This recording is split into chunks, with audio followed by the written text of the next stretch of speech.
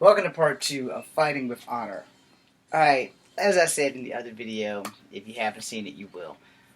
There's a difference between fighting in the streets with honor, because that can be misconstrued a lot. Alright? But it's a street fight, and 9 times out of 10, even the most honorable street fighters can bend a little bit or go too far. But that's a street fight. Alright? That's real life fighting, and you're either gonna have to survive that shit or you're going to be the victim of a royal beatdown, especially if it's more than one. When it's more than one, I will be the first to tell you, sometimes honor has to take a back seat. Alright? I'm not trying to be a hypocrite or a dick about that. I'm just being honest. Sometimes, if you're outnumbered, honor has to take a back seat. Because if it's 3-on-1, yeah, you got to do what you got to do. Period. Now, for competitions, because that's where I left off before the phone call interrupted, and then I had to go bring a dog in the house because it's like almost 100 degrees outside. According to the heat index, I think it's like really maybe 80 something. But it's because my body has been genetically screwed up since I went to Fort Benning, Georgia. The heat doesn't bother me as long as I can move. If I'm stuck in the car while it's hot, then there's a problem. Back to the subject at hand. Alright, so to put it to you another way. So I watched a couple of fights on Instagram, because I do follow other martial artists and these competition fights and stuff. It kind of pissed me off when the guy, I know it happens to the best of us, it happens to all of us, and adrenaline dump is a thing, but there's a psychosomatic thing that when you hurt someone in the ring, that you really want to continue hurting them. I'm not that guy. If I hurt you, and if I ever got in the ring, and I hurt you, and I know the fight's done, the fight's done. So that's basically what this video is about. Knowing when the fight is done. Alright? When you completely collapse someone and they can't move. They can still defend, but they're down. You can tell when somebody's really fucking hurt. You can really tell when you hit a person in the liver and they just go right on down. The fight's pretty much done. If they can hold the clock and make it to a second round, good for them. But I'm not that guy. When I see you down, I'm not just going to go in and try to hurt you. I already hurt you. It's pretty apparent that I hurt you because you can defend, but you're in horrible shape. Right then and there, I would probably have a total loss record because I would probably quit fighting right there. It's like, alright, I hurt him. If he can continue, I'm just going to hit him in the same spot. So now you see what I'm saying? Well, I'd have to go ahead and just be done. Be like, let me go ahead and tap out, because if we go again, and I know I hit him and I hurt him because of my street fighting mentality, that's the exact spot I'm going to go to. It's the same thing that wrestlers will tell you. If I got you so sore in one spot that pain is so damn annoying that I have you at my will, that's what I'm going to do. And I get that. But when I watched the guy get hit and he literally he was out on his feet. He was done.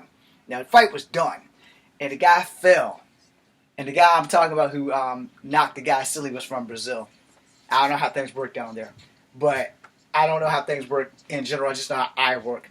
The guy dropped. He tagged him. He's like, boom, bow. He hit him with a left that the guy never really saw coming. And the guy just went. And his body just went stiff. And if you've ever been in a fight, somebody's body goes stiff, they're done. They're literally done. And then the guy kind of dropped down on him and just kept going and kept going and kept going. I'm like, yo, dude, nah. That's kind of not really, really good for you because you done already hurt the man. You ain't got to make the explanation point. You done made the statement when you hurt him. You don't have to keep going. And I know that people are going to tell me, well, you're not a professional fighter. You don't know how it works. You are correct. I am not a professional fighter. But I've had my share of knockdown dragouts. And I've been on the victorious end of each of them for a reason. I have enough honor to know that when the fight is over, the fight is over. And when you are in a competition, no matter how bad you're dusting someone, when the fight is over, the fight is over. If you literally knock this dude silly, stop. You don't have to keep going. The guy's down. The referee should have stopped that fight the second that I saw it. Now, I watched another fight this morning that was posted on Big Dojos. I don't know what the style is.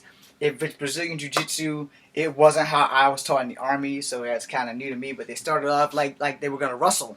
So I thought it might be like amateur wrestling or Romo Greco wrestling. But no, there was a lot of slapping going on. And one guy lost his temper. And that happens. I don't care who you are. Some people don't have a long fuse to maintain their temper. I used to be like that. Now it takes a whole lot to make me mad. But I used to be like that because cockiness is a thing. And as much as I like fighting, there are some fights, you kind of got to pick and choose carefully.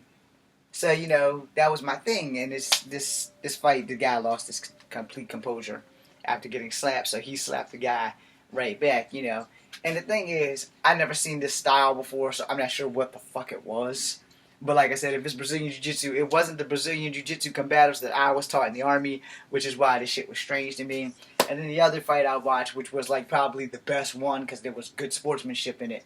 But they set in Indian style, and then one guy puts you in like a chokehold type move, and you have to get out of it.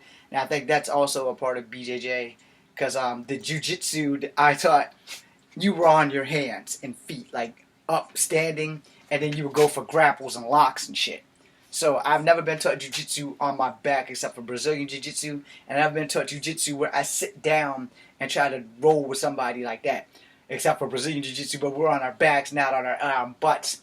And then freaking, God damn it, sumo wrestling, I know a little. I'm not big enough to be a sumo wrestler, but I know a little, so I know how the 100-hand slap thing works for E Honda or whatever. But it's more or less a pushing game for for sumo. Now judo, on the other hand, again, depending on what form of judo you take, whether it's Olympic judo or judo. Yes, there is an Olympic judo just like there's an Olympic taekwondo. Do not ask me. Go Google that shit because I can't give you facts on the differences because there's a small difference between kung fu and karate. And everybody has their favorite martial art. So no matter what I tell you, you're going to pick what you want. And you're going to believe what you want. And when you start getting into the kung fu, karate, who's better rivalry thing, you get a little bit conflicted. And I say that because I'm kind of into that. I take points from all of them. Let's keep the shit real. I take points from all of them because... it's like maybe that much difference, if that, between karate and kung fu. And when I say that, I'm going to put it to you honestly.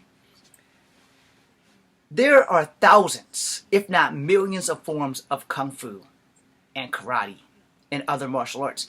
Let me break that down for y'all in the next video, which does not have anything to do with this one. This one's about fighting with honor. When you are in a competition, and I state this to all of you guys who've made it because I never got the opportunity. I'm from the 80s and 90s. I was born in the 70s. I'll be 47 really, really soon. And I never got a golden opportunity to shine. Alright, so, you guys are just seeing some random martial art guy here on YouTube who knows some stuff, but was never given a chance to prove who I am. Alright? So that being said, and completely irrelevant, the fact of the matter is, when you are a professional fighter, you definitely should have some honor in your ring capacity. Alright, I'm going to end that so I can go into the next video. Alright, thank you guys for watching. It's Kung Fu Fighter number 2. BC and you.